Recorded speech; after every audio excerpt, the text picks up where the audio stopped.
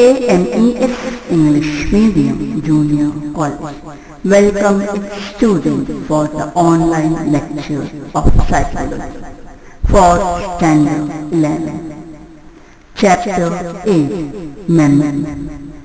For the topic, some phenomena related to memory and forgetting.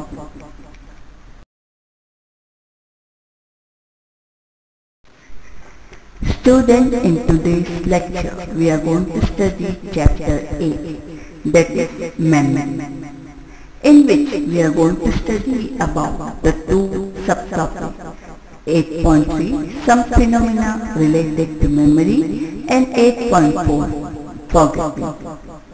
8.3, some phenomena related to memory, consists of flashback memory and tip of tongue phenomena, whereas forgetting consists of nature of forgetting and cause of forgetting.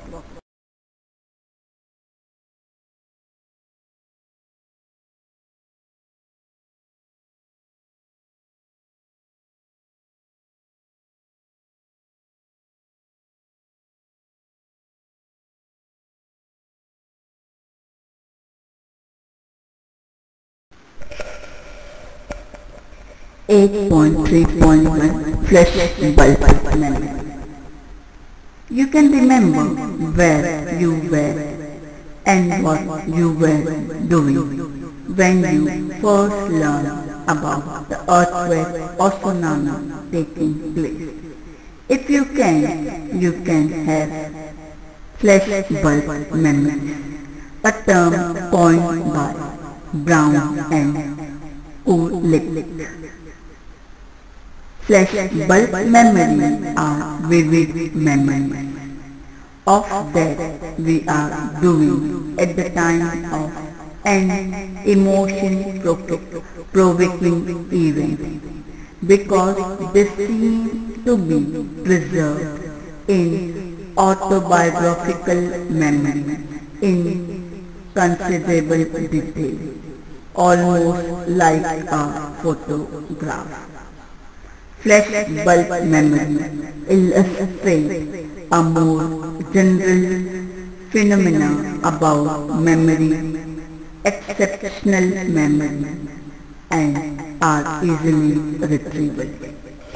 So, flash bulb memory given by Brown and Kulik is vivid, highly detailed recollection of ordinary events that has coined with a traumatic or momentous event. This enables us to recall detail about the significant personal or historical event. Such memory seems to be preserved in our autobiographical memory, almost like a photograph. Tip of the tongue phenomenon. One way to study organization of information in long-term memory is to see what happens when we search through our library of experience to retrieve a memory. Suppose you are trying to retrieve a person's name when you cannot remember it. The name is on the tip of your tongue, but you cannot recall it. For example, if you want to recall a name XYZ, instead of this name you may alter similar names starting with the same letter and having nearly similar names. Some of the tip of tongue phenomena is the evidence from the organization of long-term memory. So, tip of tongue phenomena, TOT, it refers to our temporary inability to recall some information even though we know that it is stored in our memory. It is an experience that we are about to remember sometime, but fail to do so. The specific information that we want to retrieve is called the target word. TOT indicates that material is classified and organized before it is stored in long-term memory.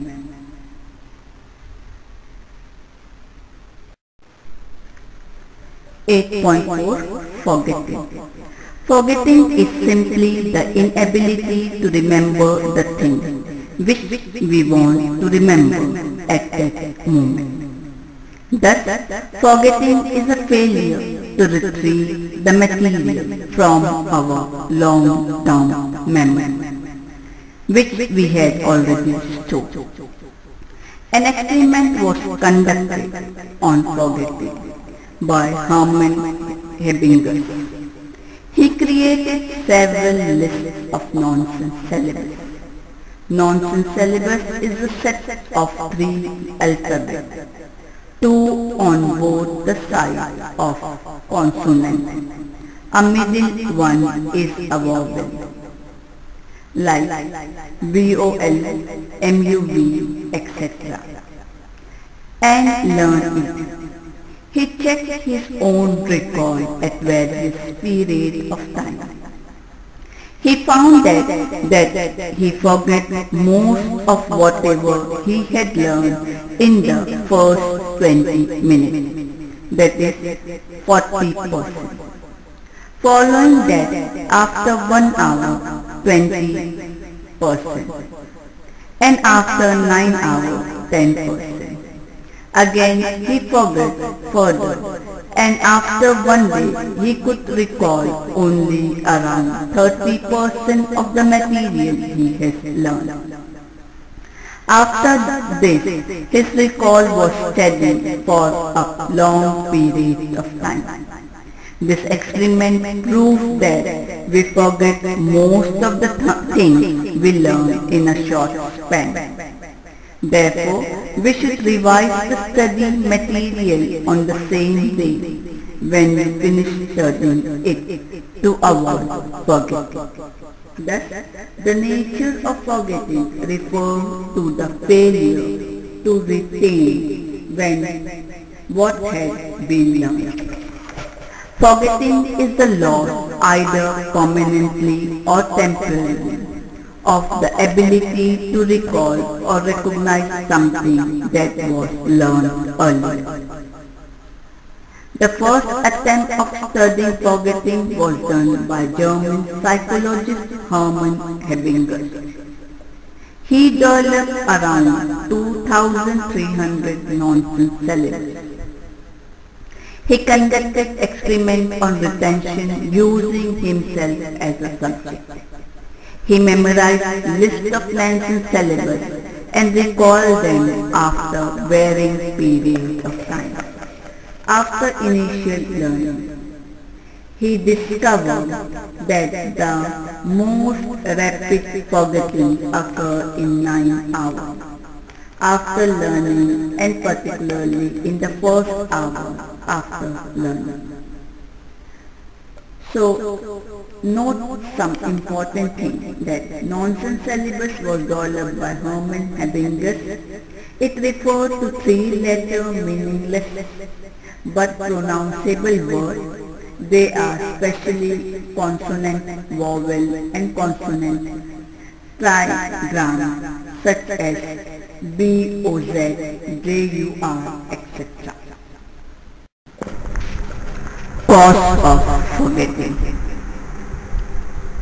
If you keep a book on a shelf over 6 months without touching it, it will happen that book. How will it start looking? How will realize that after 6-month period there will be dust on them? Similarly, our memory outpaces when we do not use them for longer periods. This stress gets decayed over a period of time. if they are not used, and so we get forget. So the first cause of forgetting is trace decay. This is a physiological explanation of forgetting. Learning results in trace in the brain. Due to the passage of time, this trace began to fade and sometimes disappear entirely. The theory is also called by the name as leak bucket hypothesis, and it suggests that the memory trace disappears due to disuse. A memory trace has two qualities: strength and resistance to existence. Coming to the second cause, distorted. You may ever play the game Chinese Whisper. What happened in this game? Does the message remain the same as it was told by the first person who started the message? You can try it in the class with your friend. You will see that the message in the beginning and the message which is given by the last person is not the same. What do you think? Why does this happen? It is because we have a tendency to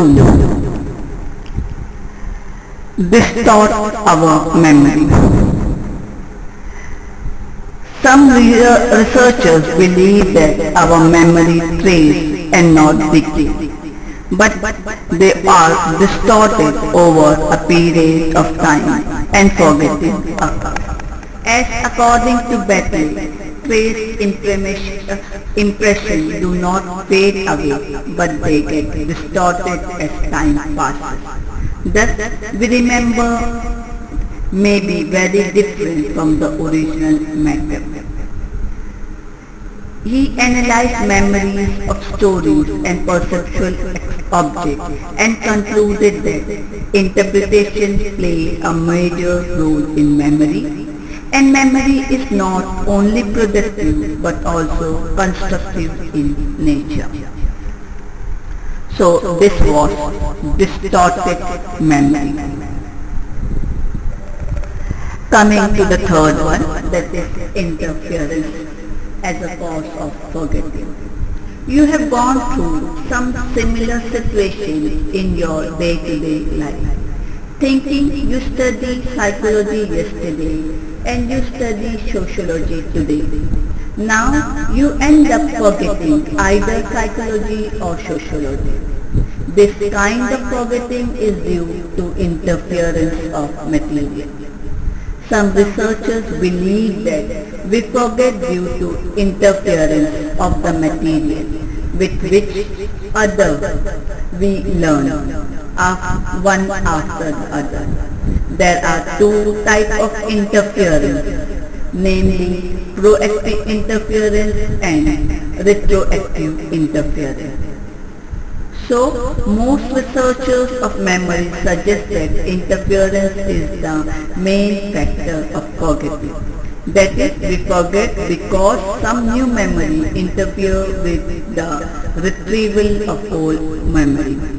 Forgetting is influenced more by what we do before or after learning than by passing of time. Retroactive interference. As the name suggests, retro means backward interference. It is the initial or complete forgetting of the previous learned material due to the new memories which get mixed up with the older one. So in the first example, if we forget psychology due to the study of sociology, it is due to the retroactive interference. Proactive interference, as the name suggests, pro means forward interference. It is the partial or complete forgetting of the newly learned material due to the old material. So in example given, if you forget sociology due to the study of psychology, it will be proactive interference. Fourth one, motivational forgetting. It is a behavior in which people forget unwanted memories, either consciously or unconsciously. It is also called as a conscious coping strategy, but it could not be confused with defense mechanism. There are two levels of motivated forgetting: repression and thought suppression. According to Sigmund Freud, psychoanalytic models state that we subconsciously push unwanted thoughts and memories into our consciousness. Person thinks such repression memories are completely forgotten. For example, a girl who had experienced sexual abuse during childhood may completely forget about it, but she may have difficulty while performing romantic relationships. Thought suppression. It is a conscious effort where we forget the memories of unwanted incidents and experience our life. For example, if your friend has experienced a breakup recently, he may change the topic if you want to discuss about it. Though suppression can be time-consuming and quite difficult also, because such suppression thought will reoccur. So your friend may try to suppress the thought about his ex-girlfriend, but he may not be successful as she is a classmate.